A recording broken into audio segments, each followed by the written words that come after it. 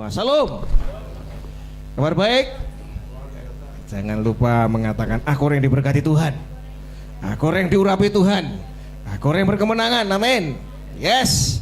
Saudara, jangan pernah ragukan kuasanya. Haleluya, saudara. Saudara, kalau saudara sudah mendengar banyak tentang kisah-kisah yang di Alkitab ya, disebutkan, diajarkan, tentunya kita tidak akan pernah meragukan siapa Tuhan itu, saudara. Siapa Yesus itu, saudara. Tapi masih banyak yang meragukan. Karena pertanyaan, Tuhan itu ada enggak ya? Kenapa kalau aku tidak dijawab doa saya ya? Nah, itu kan banyak merindukan, meragukan itu ya. Apa yang aku alami, oh sepertinya Tuhan jauh. Kan meragukan, saudara. Saudara harus lihat bagaimana dia bisa membelah lautan, memberi makan 40 tahun bangsa Israel, menyembuhkan orang buta tuli, orang bisu mati, Lazarus dibangkitkan, banyak memberi 5.000 makan orang, semuanya kan luar biasa dia lakukan, saudara. Tapi kadang kita kadang-kadang masih sering meragukan. Nah, pertanyaannya, dengar baik-baik, yang Tuhan wujudkan itu bukan yang saudara minta. Ulangi lagi ya, ini pelan-pelan. Yang Tuhan berikan itu bukan yang saudara minta, tapi yang saudara percaya itu yang dia berikan, saudara. Seberapa banyak kita berdoa minta, tapi belum tentu saudara percaya. Ini masalahnya, saudara. Jadi kalau kita percaya, itu yang akan dia berikan. Bukan permintaanmu yang dia berikan. Saudara minta tapi tidak percaya, tidak akan diberikan. Karena dia melihat iman yang ada dalam dirimu. Yes. Jadi saudara percaya, saudara perhatikan baik-baik. Sering kali kita minta, saya juga sama minta terus kok tidak dapat ya. Karena saya tidak percaya dengan apa yang akan saya minta ini, saudara. Kalau saudara percaya, ya itu yang tidak dapat, yang dia berikan itu ketika saudara percaya. Amin. Yang lagi ya, bukan yang saudara minta yang dia berikan, tapi yang saudara percaya ketika saudara meminta, percaya itu yang dia berikan. Karena seringkali dia mengatakan, besar imanmu, terjadilah sesuai dengan imanmu. Kan benar kan? Yang kau percayai terjadi, saudara. Jadi mulai hari ini saudara harus belajar, jangan hanya sekedar minta-minta. Kalau kau kecewa, saudara, dan ada dapat. Tapi kalau tidak percaya, tapi kalau saudara percaya, dia yang berikan. Dan sebelum saudara disembuhkan, rohmu dulu harus disembuhkan, saudara. Saya pertanyakan ini saya luar biasa ini, saudara. Dapat hikmat seperti ini, saudara ya. Sebelum engkau disembuhkan tubuhmu, tapi rohmu dulu yang disembuhkan, saudara. Kalau pengen sudah disembuhkan, rohmu dulu yang disembuhkan. Karena kata firman Tuhan kan, semangat yang patah mengeringkan, yang dalam itu lebih penting dulu, baru terjadi yang di luar, saudara. Kalau engkau pengen diberkati makmur hidupmu, rohmu harus makmur dulu. Saudara tidak pernah sukacita rohmu, bagaimana mau diberkati, saudara? Rohmu tidak ada damai sejahtera, bagaimana saudara akan menanti kemakmuran? Tapi kalau rohmu ini sudah makmur, hidupmu mesti makmur. Jadi yang supranatural itu akan mendahului yang alamiah. Nah, ulang lagi, ini pesan-pesan profetik, saudara.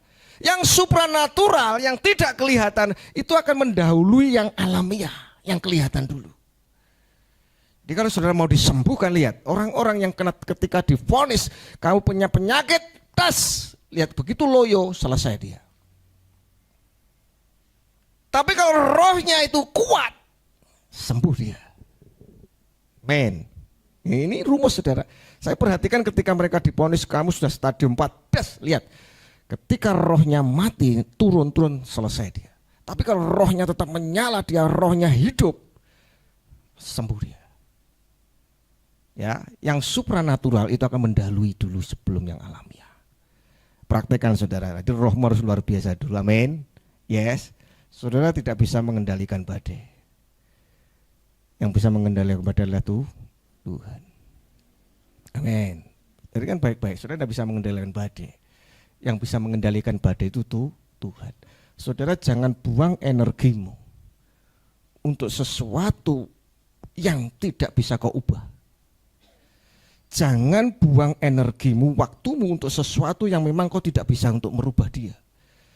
Kau berusaha untuk dengan sekuat tenaga untuk merubah suami padahal itu tidak bisa.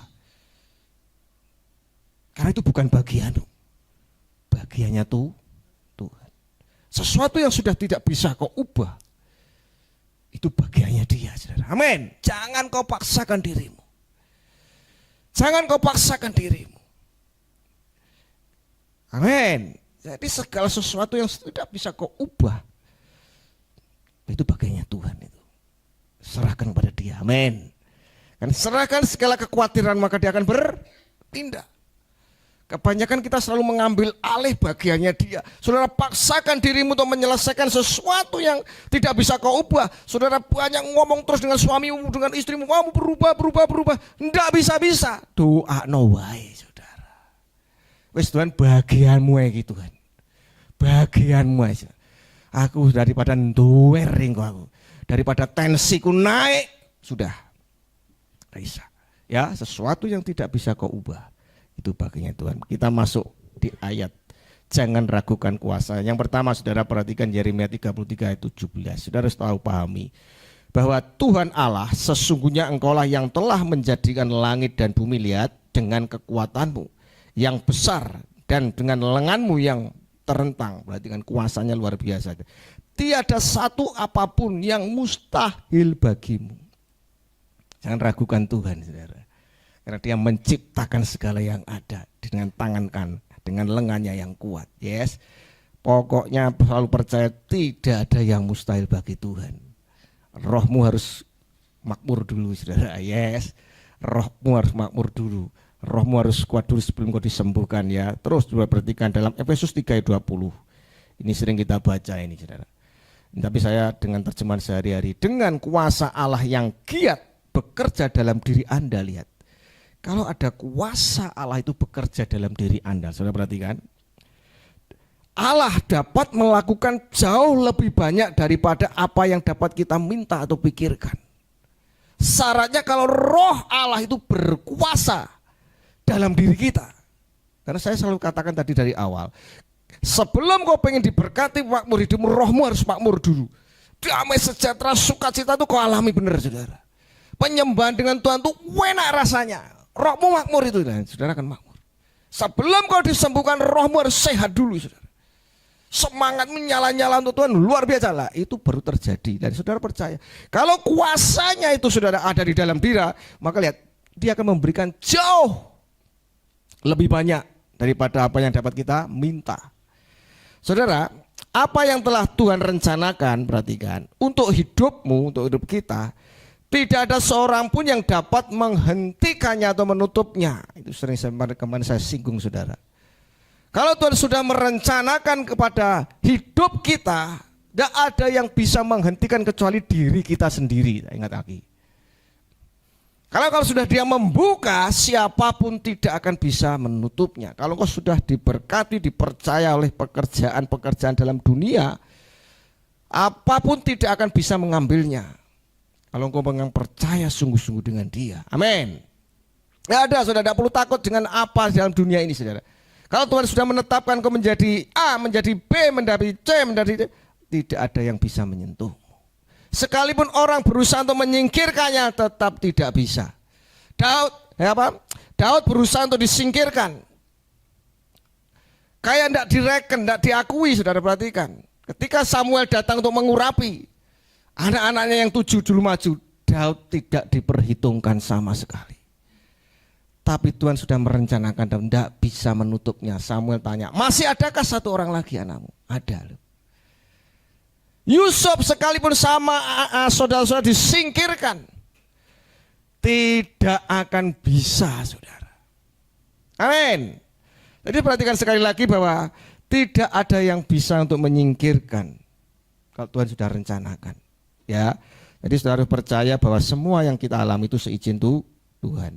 Kalaupun musuhmu berkuasa atau kuasa kebal berusaha untuk menutupnya, menguncinya, menghalangi kesembuhanmu, menghalangi berkatmu, menghalangi masa depanmu, menghalangi pekerjaanmu, Yesus tetap sanggup. Bahkan tanpa membuka pintu pun sanggup, saudara. Amin. Siapa yang menghalangi kesembuhanmu, mengalami pekerjaanmu, berkatmu? Kalau saudara sungguh dalam Tuhan, tidak ada yang bisa. Yesus masuk tanpa melalui pintu pun bisa. Ketika saudara baca dalam Yohanes 20, pintu terkunci rapat karena muridnya takut. Lihat, dia tembus pintu itu. Amin. Saya sudah pernah khotbah tentang dia bisa membuka akses yang tersulit sekalipun. Sungai Yordan itu akses satu-satunya ke tanah perjanjian. Saudara jangan ngomong tidak mungkin. Bagi Tuhan itu bisa terjadi. Sungai Yordan itu akses satu-satunya untuk menuju tanah Kanaan perjanjian. Bangsa Israel harus melewati itu untuk menuju tanah Kanaan. Padahal itu gelombang besar. Sampai meluap ke pinggir. Lihat, dia bisa buka akses itu untuk saudara bisa masuk. Amin. Lah itu loh saudara, sekali lagi, kalau saudara sungguh-sungguh dalam Tuhan, percaya, bukan yang saudaranya minta saja, saudara harus percaya. Minta saja tidak percaya, tidak bisa. Kuasa kegelapan tidak akan mencoba dan akan terus berusaha untuk menghentikan, menutup pintumu jika dia tidak tahu ada panggilan Tuhan dalam hidupmu. Jadi ketika saudara itu pergumulan lama-lama itu berarti ada sesuatu yang istimewa. Ingat, ulang lagi. Setiap pergumulan yang lama yang belum Tuhan jawab, berarti ada yang istimewa di dalam pergumulanmu itu. Karena iblis tahu, ini luar biasa orang ini. Kenapa Hana sampai lama tidak punya anak? Karena dia tahu yang dilahirkan Samuel. Jadi yang pergumulan yang lama-lama perhatikan. Karena iblis tahu, karena dia tahu saudara, bahwa orang ini akan diurapi Tuhan, akan dipakai Tuhan. Tahu saudara. Bagaimana Musa, perjalanan kelahirannya, diangel-angel saudara, dibantai semua anak-anak. Karena apa? Dia di situ. Yes, untuk mendapatkan mutiara yang indah, itu prosesnya lama saudara. Ya, betul kan saudara? Untuk mendapatkan emas yang murni prosesnya lama. Jadi ketika saudara lama ini sedang bergumul, lihat, perhatikan dan pegang perkataan saya. Kalau nanti terwujud saudara dapat sesuatu yang istimewa, amin. Karena saudara mendapatkannya dengan suatu pergumulan, saudara. Pasti istimewa. Pasangan hidup pasti istimewa nanti, saudara, amin. Sabar yang penting. Yes, pasti istimewa kalau sabar, saudara. Yang anak juga sama, pengen rindukan baby, percaya. Berarti ada sesuatu ya. Kita tidak tahu loh. Kenapa kok lama Tuhan? Anak yang akan kau kandung nanti itu seperti Samuel, siapa tahu saudara. Seperti Yohanes, siapa tahu saudara. Seperti Simpson, ya, jangan kelakuannya, tapi kekuatannya luar biasa. Manoah itu juga mandul saudara. Tahu digawe lama saudara, kenapa? Yang lahir Simpson nanti itu saudara. Kan begitu saudara. Lihat, istimewa semua saudara. Istimewa semua. Yang dengan pergumulan yang lama itu istimewa. Sangat istimewa saudara.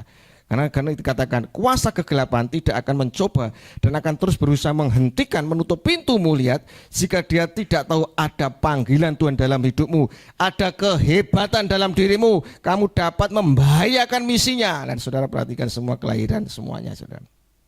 Terus, jangan apa yang Anda lihat mempengaruhi apa yang Anda dengar. Nih, seringkali kita seperti itu saudara. Jangan apa yang Anda lihat mempengaruhi apa yang Anda dengar atau apa yang Tuhan sudah taruh dalam roh Anda. Dokter mengatakan divonis ini tidak bisa sembuh, saudara jangan dengar apa yang dia katakan. Jangan dengar keadaan, tapi dengarlah firman Tuhan. Firman Tuhan tidak pernah gagal, amin. Nah, itu saudara, amin. Bagi Tuhan tidak ada yang mustahil. Yes, kamu jelas tidak akan bisa. Dokter mengatakan tidak akan bisa, tidak akan bisa, tidak akan bisa. Jangan dengar sesuatu yang membuat saudara tidak akan melakukan firman Tuhan. Ya, berarti kan Elian terus berdoa kan. sekalipun belum ada tanda hujan turun, nah, bangsa Israel terus mengelilingi tembok Yeriko seakan belum ada tanda-tanda. Ini saya istimewa dapat ini, saudara. Perhatikan. Kenapa kok harus 7 kali mengelilingi tembok Yeriko? Oh, pertanyaannya. Hari pertama lihat kan tidak ada tanda-tanda. Oh, renek perubahan belas. Hari kedua tidak ada perubahan belas. Hari ketiga tidak ada perubahan. Mungkin doa kita sama. Doa kita aku bertahun-tahun. Kok renek perubahan belas? Tapi ke hari ketujuh ada sesuatu yang terjadi. Kenapa Eli harus berdoa 7 kali sama bujangnya itu? Hari yang pertama tidak enak apa-apa. Saudara berdoa mungkin seakan tidak ada jawaban. Tetap tidak berubah suamiku, tetap pekerjaanku tidak berubah, tetap semuanya tidak berubah, sama saja. Tapi saudara ingat, begitu hari ketujuh ada awan setelapak tangan.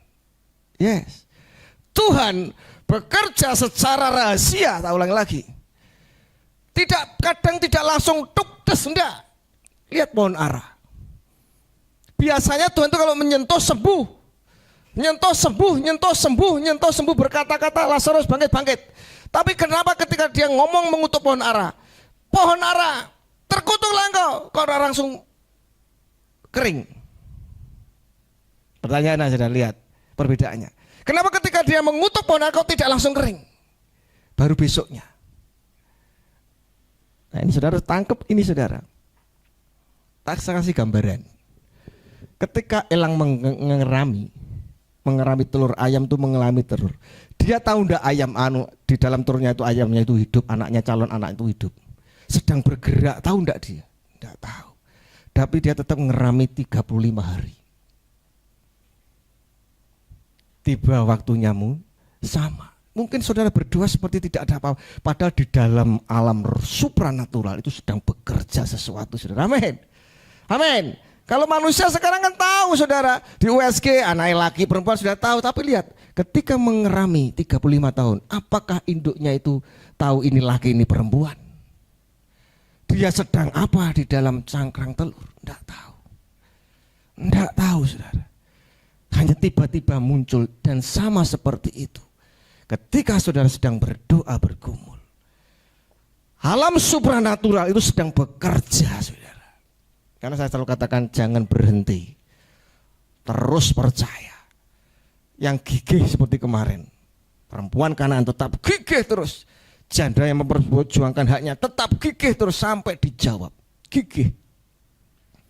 Karena di alam supranatural itu sedang terjadi pergerakan. Yes. Jadi apa yang belum saudara sembuhkan tembok Yeriko semua itu, lihat 7 kali itu menandakan seperti itu ya. Jadi tetap kokoh. Kita harus lebih percaya dengan apa yang Tuhan janjikan daripada percaya pada apa yang dikatakan keadaan. Kita harus lebih percaya pada apa yang dijanjikan Tuhan, firman Tuhan, daripada percaya pada apa yang dikatakan keadaanmu. Tak bisa sembuh, kau tidak akan berhasil. Kau apa bisa kuliah? Engkau apa bisa hidup? Kan keadaan itu. Engkau apa bisa bayar hutangmu, itu keadaan.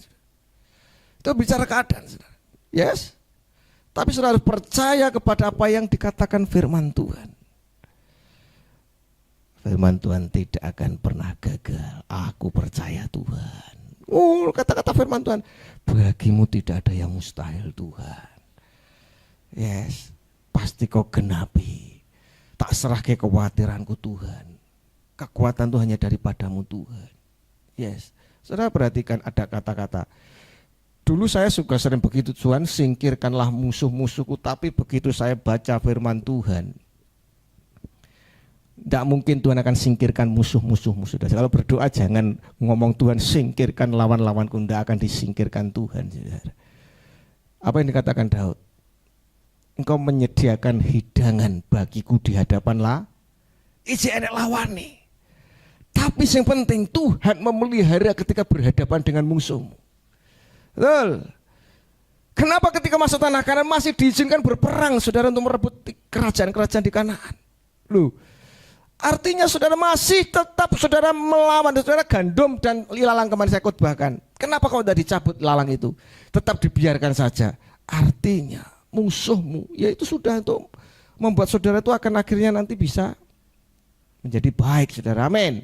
Yang penting Tuhan menyediakan hidangan bagiku di hadapan lawanku. Yes, musuh boleh ada, silahkan. Tapi Tuhan yang selalu memelihara, melindungi aku dari musuhku. Yes. Jadi sudah perhatikan, Abraham meskipun keadaannya sudah tidak memungkinkan, tapi tetap percaya. Lah ini loh saudara.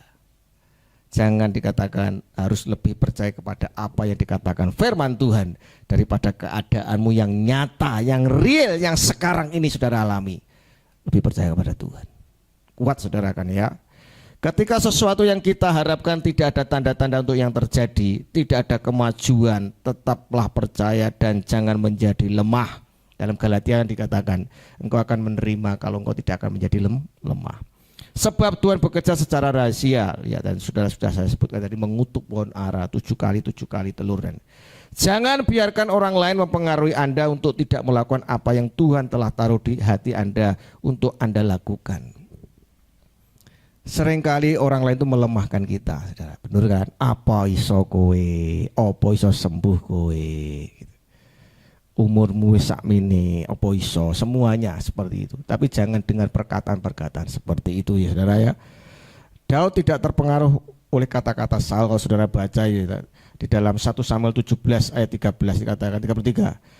Tetapi Saul berkata kepada Daud, tidak mungkin engkau dapat menghadapi orang Filistin itu untuk melawan dia, sebab engkau masih muda, sedang dia sejak dari masa mudanya telah menjadi prajurit. Kalau dia dengarkan Saul, tidak mungkin dia berani berperang dengan Goliat, saudara. Kata-kata orang yang melemahkan, tolaan.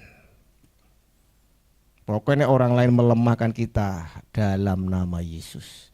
Aku percaya Yesusku, tidak kuragukan kuasanya. Amin.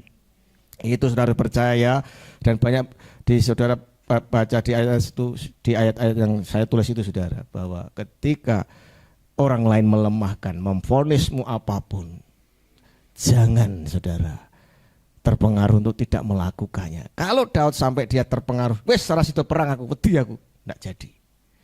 Tapi dia tetap melanjutkan dengan firman Tuhan, dan dia terjadi. Yes.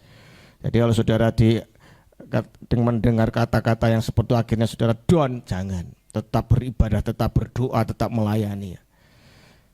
Terus saudara, ini juga sama tentang nabi-nabi, nabi tua dan nabi muda, dan akhirnya nabi mudanya mati saudara karena mendengar perkataan nabi tua lagi saudara. Yes. Undang dan bawa Yesus, ini penting saudara, ini rumus juga ini saudara. Undang dan bawa Yesus masuk dalam masalahmu. Jadi ketika sudah menghadapi masalah, undang dia untuk hadir di dalam masalahmu. Biarkan dia masuk ke dalam masalahmu, saudara. Kebanyakan kita kan enggak, saudara. Hanya berdoa tapi tidak mengundang dia lah. Pertanyaannya, bagaimana mengundang dia kalau hidup muda benar? Undang dia, saudara. Karena ketika dia undang ada di dalam masalahmu, kan firman Tuhan mengatakan, dia berjalan di atas badai. Undang dia, karena doa saya tak rubah Tuhan, datanglah, berdiamlah dalam masalahku Tuhan. Jikalau firmanku tinggal di dalam aku dan firmanku tinggal di dalam kamu, Yesus tinggal di dalam kamu, mintalah. PR kita, bagaimana Tuhan itu tinggal, saudara. Karena ketika Tuhan tinggal, selesai. Badainya minta ampun begitu Tuhan, karena saudara baca di kitab Markus 6 itu. Badai luar biasa, begitu dia masuk menginjakkan kakinya di perahu, lihat selesai, berhenti badainya. Ya. Jadi undang dia untuk datang saudara. Perkawinan di Kana, Yesus diundang untuk masuk saudara. Rumusnya gampang ternyata saudara. Ketika dia masuk, aman saudara. Ketika Sadrak Meksak lihat di perapian yang menyalanya diizinkan kan, semua masalah itu diizinkan Tuhan. Bah, ini api ini apa? Tapi ketika Yesus ada di tengah mereka, lihat, terbakar enggak? Enggak terbakar. Undangan dia masuk di hadirat Tuhan, masuk di masalahmu Tuhan. Selesai saudara. Ya, dikatakan jangan terburu-buru keluar dari masalahmu. Buru-buru nyelesai, jangan. Menyelesaikan sendirian. Anda tidak akan mampu mengendalikan badai tapi Anda bisa mengendalikan pikiran Anda. Sing iso mbok kendaliku pikiranmu. Badai ndak iso. Tapi pikiranmu iso mbok kendalike. Misalnya saudara mau melakukan A, tapi pikiranmu nawan, tidak, ndak jadi. Sing bisa mengendalikan pikiranmu. Tapi kalau pikiran kita sudah dipenuhi dengan sesuatu yang negatif, lah itu yang masalah. Jangan, karena anggapan, saudara lihat, pikiranmu itu adalah temanmu sepanjang masa. Temanmu sepanjang masa itu adalah pikiranmu. Pikiranmu belok, dia akan belok, saudara. Engkau belok, saudara. Ingat, pikiranmu itu temanmu sepanjang masa. Kalau pikiranmu baik, lihat, hidupmu akan baik. Lihat, hati-hati jaga pikiran ya. Jangan biarkan benalu, jangan biarkan gulma, hal-hal yang negatif ada di pikiranmu. Hidupmu negatif, saudara. Ingat baik-baik. Pikiranmu adalah temanmu yang menemani kau sepanjang hari, sepanjang hidupmu. Dan kau bisa mengendalikan pikiranmu istimewa. Tapi tidak bisa mengendalikan badai. Jadi selalu berpikiran yang baik dengan firman Tuhan. Baik terus baik Tuhan, baik. Aku tak meragukan kau, aku percaya, aku percaya. Aku percaya sudah menerimanya, aku percaya sudah menerimanya. Karena pikiranmu itu adalah teman hidupmu sepanjang masa. Begitu saudara stres, ngeletak saudara, lihat. Orang yang stres lihat pikirannya, lihat, nguling semua.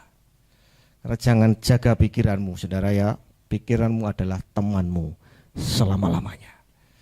Pikiranmu apik terus lihat. Uripmu apik, penak saudara, amin. Yes. Ya, undang bawa Yesus penting gitu saudara.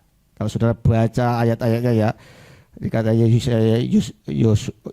Yosua Yohanes 15:7 saudara, tinggallah di dalam aku, mintalah. Kalau dia tinggal itu, tidak semua pertempuran harus diperjuangkan. Anda akan kehabisan energi dan waktu. Ya, seperti saya katakan tadi saudara, peperangan itu tidak harus kau perjuangkan kalau kau tidak mampu. Mau paksakan seperti perempuan pendarahan, ngobat rono rene tabib kon entek-entekan karena ada apa? Tidak mampu, dipaksakan terus. Bahkan dikatakan penyakitnya bertambah buruk. Wis diobati koyono tapi ora tambah apik, tambah buruk lagi. Menghabiskan waktu dan energimu. Tapi lihat, begitu ketemu Yesus, tuntas. Ya, karena saya dapat dengan ayat ini saudara lihat. Kalau kau pengen Tuhan mengalami mujizat, ada dua jawabannya. Menunggu Yesus jamah saudara, atau saudara menyentuh Yesus dengan imanmu. Pilihin loro kuwi saudara. Nunggu Yesus jamah, biasanya Yesus kan yang doakan dijamah, disentuh. Atau saudara menyentuh Yesus dengan imanmu. Pilihin di saudara kalau menyelesaikan masalah. Perempuan pendarahan kan ada dua saudara. Dia pilih menyentuh Yesus dengan imannya saudara. Mujizat terjadi cepat saudara. Tapi kalau saudara menunggu Yesus, artinya menunggu dia lewat untuk menjamah saudara. Ada dua saudara. Ada dua jawaban saudara. Nunggu Yesus menjamah kita, sabar kudu saudara. Tapi cara patas pintas nyentuh Yesus seperti perempuan pendarahan, tak sentuh aku sembuh. Berarti kita yang bertindak cepat terjadi. Amin. Dua saudara. Saudara menghadapi pergumulan, dua jawabannya. Nunggu Yesus nyentuh, berarti saudara nunggu terus menanti-nantikan saudara. Atau saudara yang nyentuh Yesus dengan imanmu. Selesai saudara. Oh, ini pesan profetik semua loh saudara. Jadi saudara ulang-ulang di YouTube ini saudara, kan direkam saudara. Pesan profetik banyak saudara. Yes. Jadi nunggu Yesus nyentuh saudara. Atau saudara nyentuh dulu Yesus dengan imanmu. Nah itu saudara ya. Tidak semua pertempuran harus diperjuangkan. Anda akan kehabisan energi dan waktu. Capek, saudara. Jadi kalau memang itu sudah bukan bagianmu, wis serahno Tuhan we. Sing mustahil serahno Tuhan we. Wis Tuhan ra mampu Tuhan. Selama pemilih hukum itu bersamamu, maka Anda akan bisa melewati semua dengan mudah dan melakukan hal-hal yang tidak masuk akal. Yohanes 11 ayat 9. Selama ada terang, maka kau tidak akan tersandung. Saudara, ketika saudara lihat ada pasukan pengawal itu, dia bisa nerobos lampu merah apapun, tidak ditilang.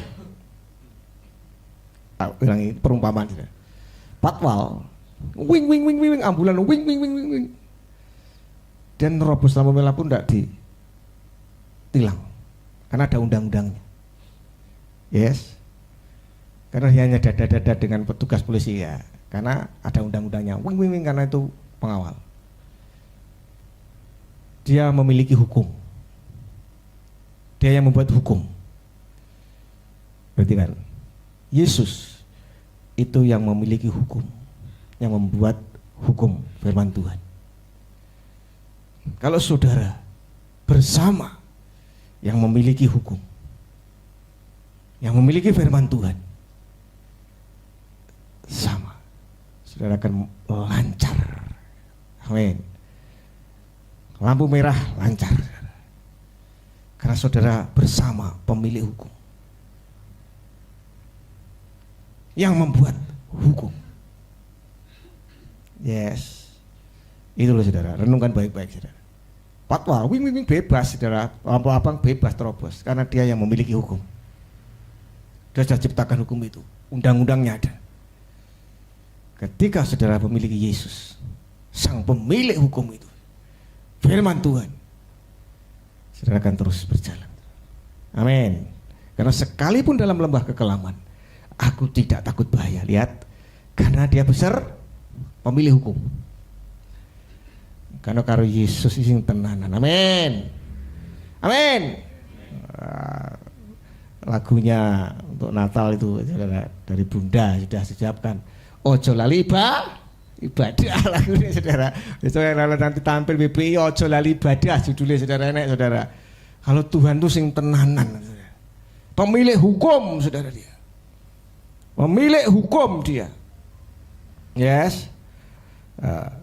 Ini Markus 6:51 tadi itu. Ia masuk naik ke perahu mendapatkan mereka dan angin pun reda loh. Ya, kalau Yesus masuk reda semua.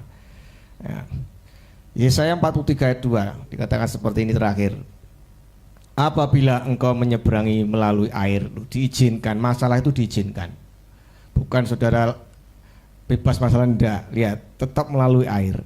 Aku akan menyertai engkau. Atau melalui sungai-sungai, engkau tidak akan dihanyutkan. Lihat, tetap masalah itu ada, tetap berjalan ada. Engkau tidak akan dihanguskan dan nyala api tidak akan membakar engkau. Tetap saudara tetap ada masalah, tapi intinya aman. Tidak terhanguskan, tidak terhanyutkan. Itu bersama sang pemilik hukum. Ya. Dan terakhir tadi saudara, cara menangani masalah itu dicatat saudara. Cara menangani masalah, menunggu Tuhan.